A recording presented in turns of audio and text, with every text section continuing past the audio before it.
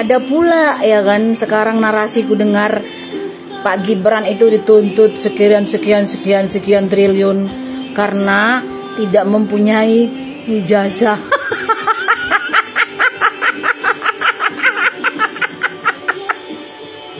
Ya Tuhan tolong, apa lagi lah dibuat orang-orang gila ini ah.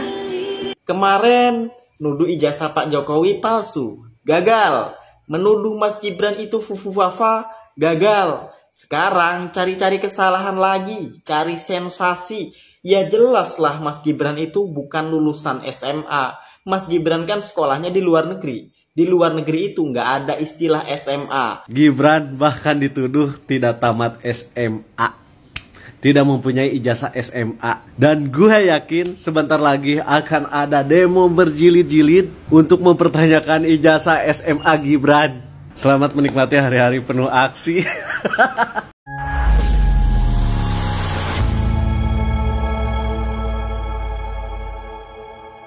Assalamualaikum warahmatullahi wabarakatuh, saudara-saudaraku sebangsa dan setanah air. Dimanapun kalian berada, semoga kalian selalu dalam kondisi sehat walafiat ya. Berjumpa lagi dengan saya di Gaspol Update. Kami bukanlah buzzer pihak manapun, kami hanya menyajikan keputusan ada di tangan Anda. Teman-teman, ini ada video yang menurut saya cukup menarik, yakni tentang terkait gugatan ya, seorang ahli hukum yang tidak jelas ya, dan menurut saya sedang mabok kecubung gitu ya. Dan gugatannya nggak main-main, senilai 125 triliun kepada Gibran. Banyak neti yang menilai orang ini adalah orang yang sedang gabut, teman-teman ya. Tapi walaupun dia gabut, dia sedang butuh duit cepat pula ya kan. Ya gabut mungkin karena dia tidak pernah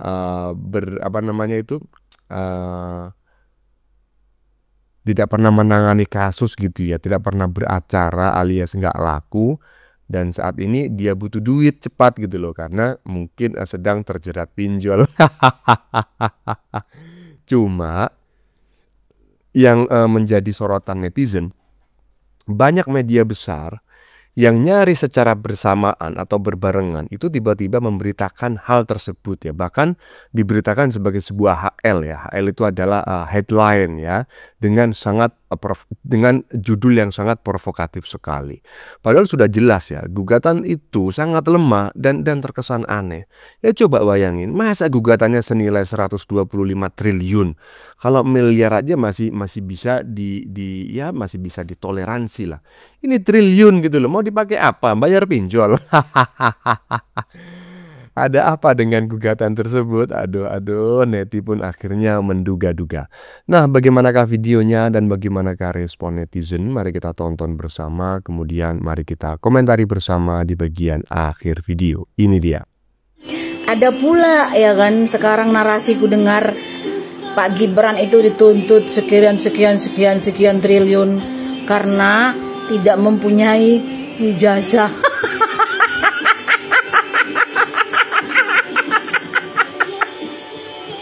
Ya Tuhan tolong, apa lagi lah dibuat orang-orang gila ini ah.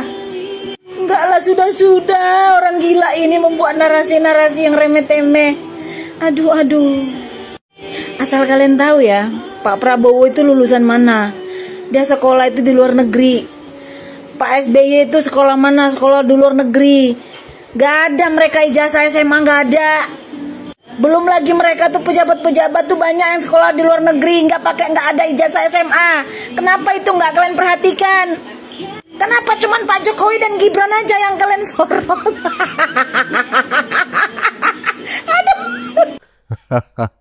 Iya, banyak kok orang yang sekolah bahkan kuliah di luar negeri dan pulang itu dia ya ada yang mencalonkan diri sebagai anggota legislatif ya kan, kemudian juga ada yang mencalonkan diri sebagai kepala daerah, dan semuanya aturannya kan sama kan, minimal SMA ya kan. Iya. Nah, kenapa kalau cuma Gibran dan Jokowi aja yang kalian yang kalian Aduh, nggak ngerti dah ya.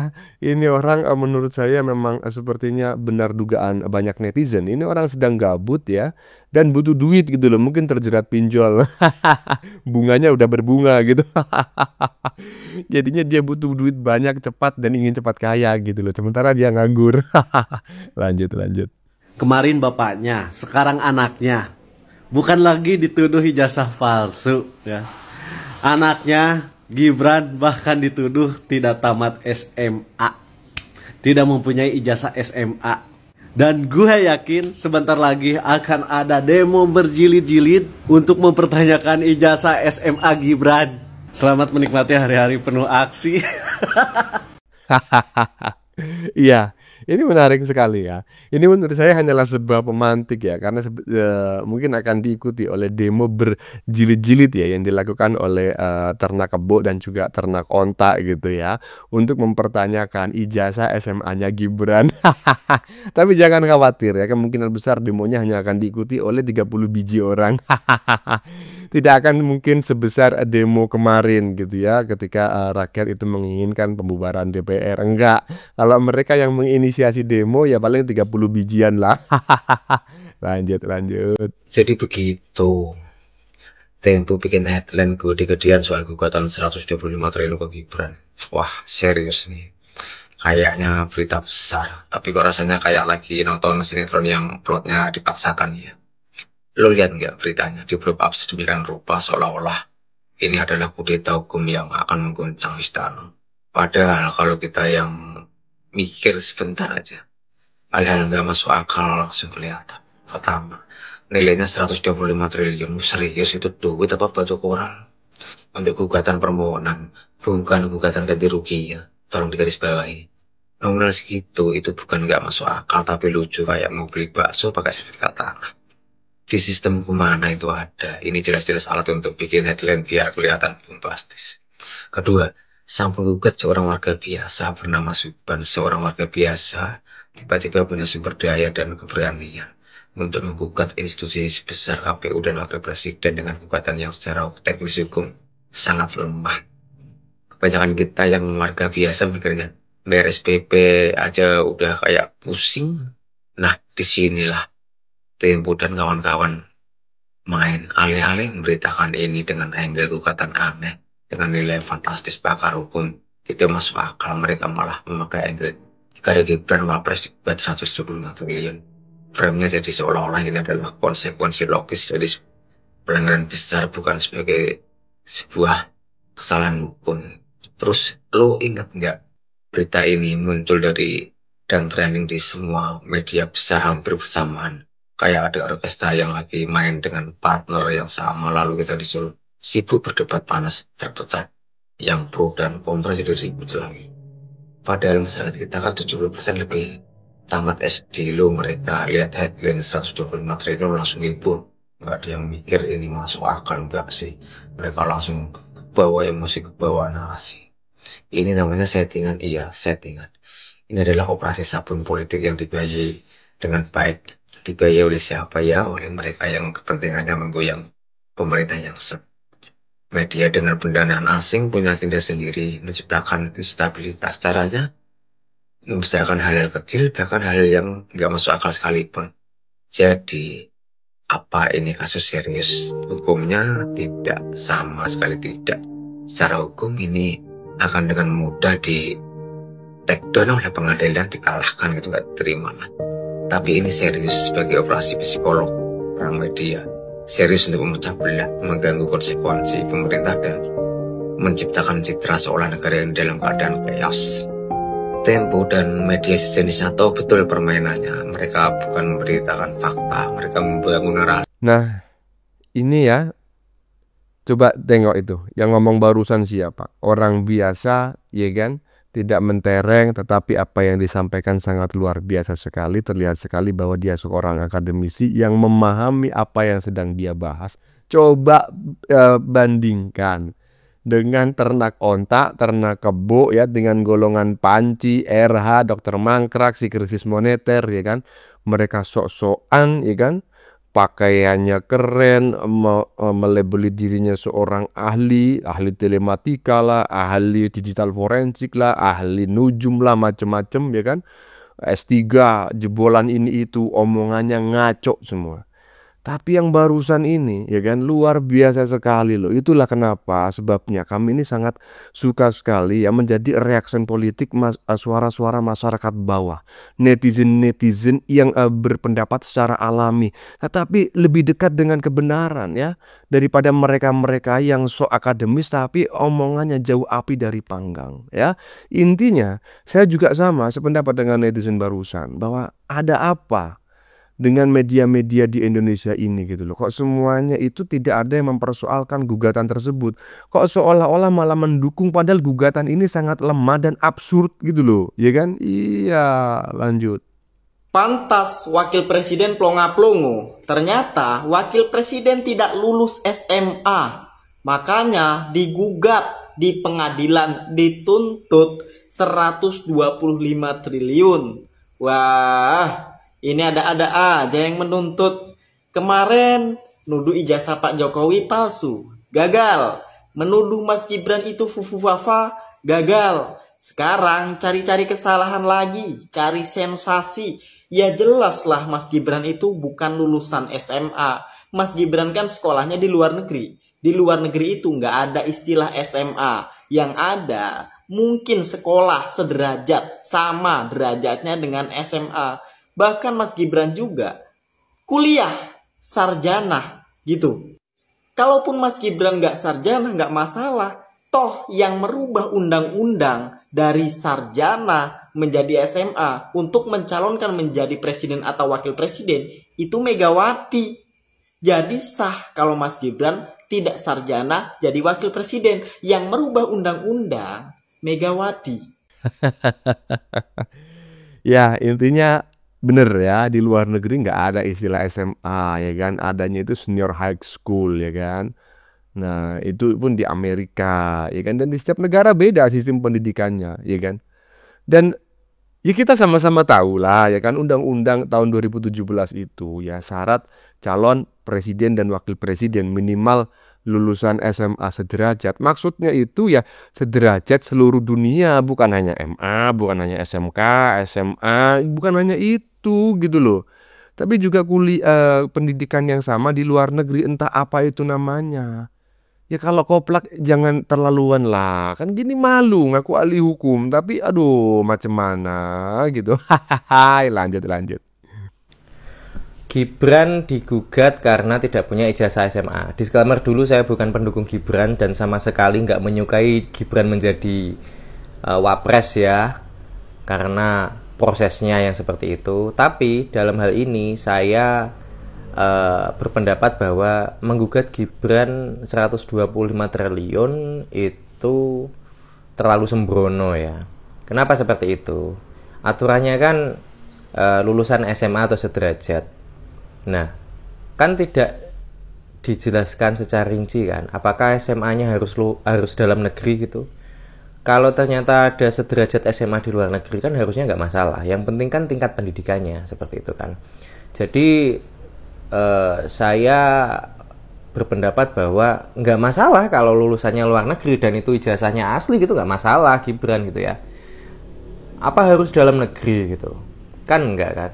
Lagian juga kuliah pun nggak harus dalam negeri kan. Banyak orang-orang yang lulusan luar negeri juga di sini jadi orang-orang top gitu ya kan. Jadi saya harus tekankan lagi bahwa walaupun saya nggak suka Gibran, tapi bukan berarti segala hal tentang Gibran salah gitu. Nah, dan kalau saya menyukai sosok tertentu itu juga saya sukai ala kadarnya karena memang kualitasnya dan segala macamnya.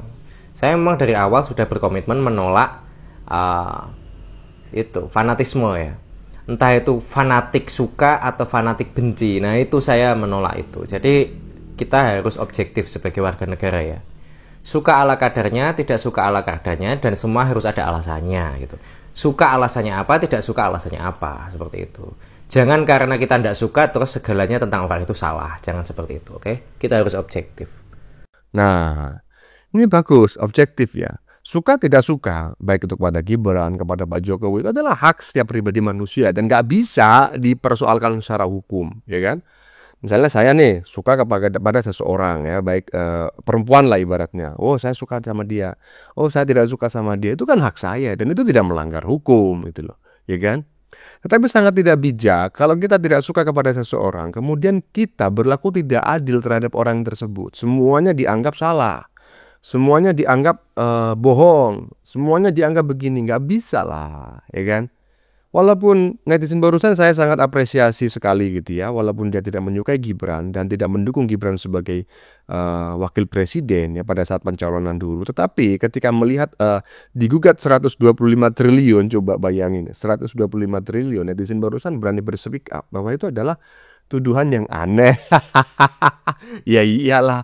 Ini waras nih netizen ya kan, lanjut. Salam logika.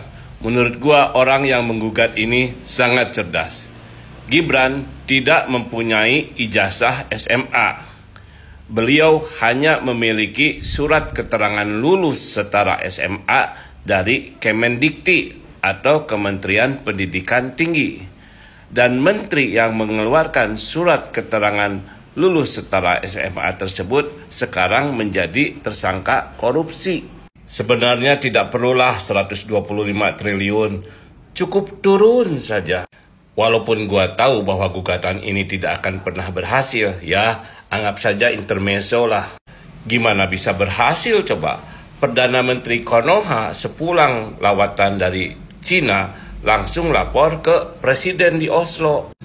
Kalau presidennya masih orang Oslo, ya nggak akan berhasil lah mengugat anaknya. Aduh, bapak ini udahlah Pak, ya kan? Saya bukannya mau body shaming ya Pak ya. Dari ngomongnya aja macam kayak mana gitu kan, mau ngomentarin nanti takut dosa Pak, ya kan? Ngomentarin yang lainnya nanti dianggap body shaming Pak, udahlah, ya kan? Pertama daripada ngurusin Gibran, ya kan? Daripada ngurusin Gibran suruh turun, ya untungnya apa buat Anda, ya kan? Udahlah, ngurusin aja diri sendiri, nanam lidah buaya yang banyak, itu aja, ya kan? Lidah buaya banyakin, itu alami Pak, herbal, ya kan?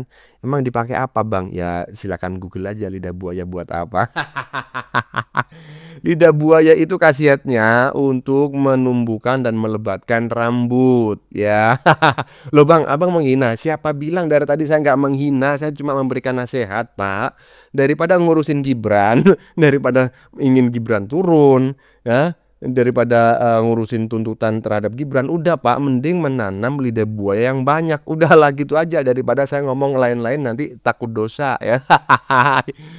Bagaimana menurut kalian? Keputusan ada di tangan Anda. Silakan tulis pendapat Anda di kolom komentar, baik Anda yang setuju maupun yang tidak setuju dengan isi konten ini.